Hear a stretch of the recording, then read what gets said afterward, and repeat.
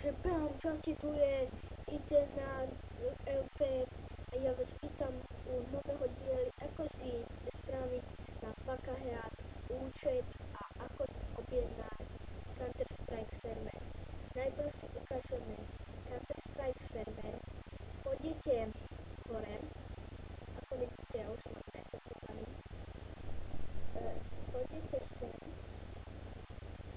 dáte herné servery, zoznam produktov, tu máte server, ale keď chcete len na Classic je na 6, tu máte. Toto je Classic je na 6.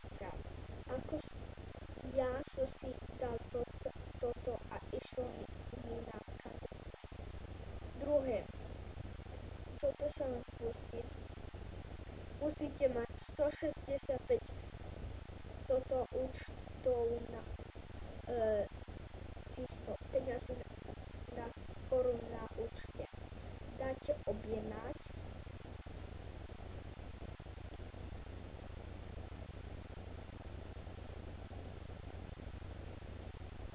Tu máte výber dácentrum.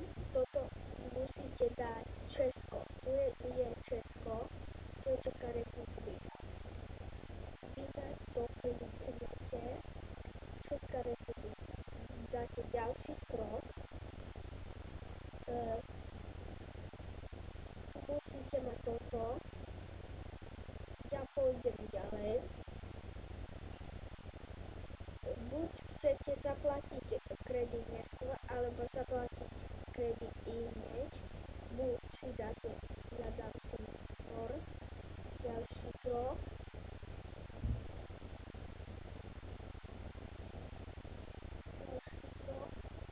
Dáte tohle. Dáte to a odoslať.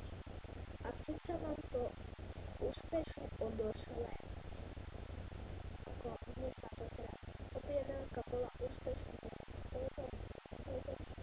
takže pôjdete sem, objednávka, pôjdete sem a tuto budete mať tu vám nabehne, či chcete si objednať alebo nie.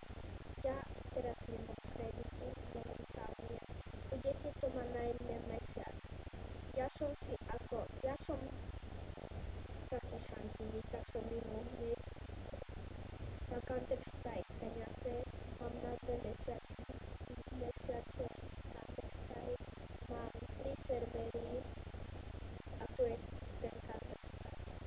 Kliknete na, tu vám potom nabehne, či chcete si spustiť server, vydáte spustiť server a tam si napíšete meno a heslo a to úplne dole nedávajte. Aký chcete mod, úplne dole pôjdete a môžete si dať 1, 2, 3, 4, 5, 6 a pôjdete už tam a dáte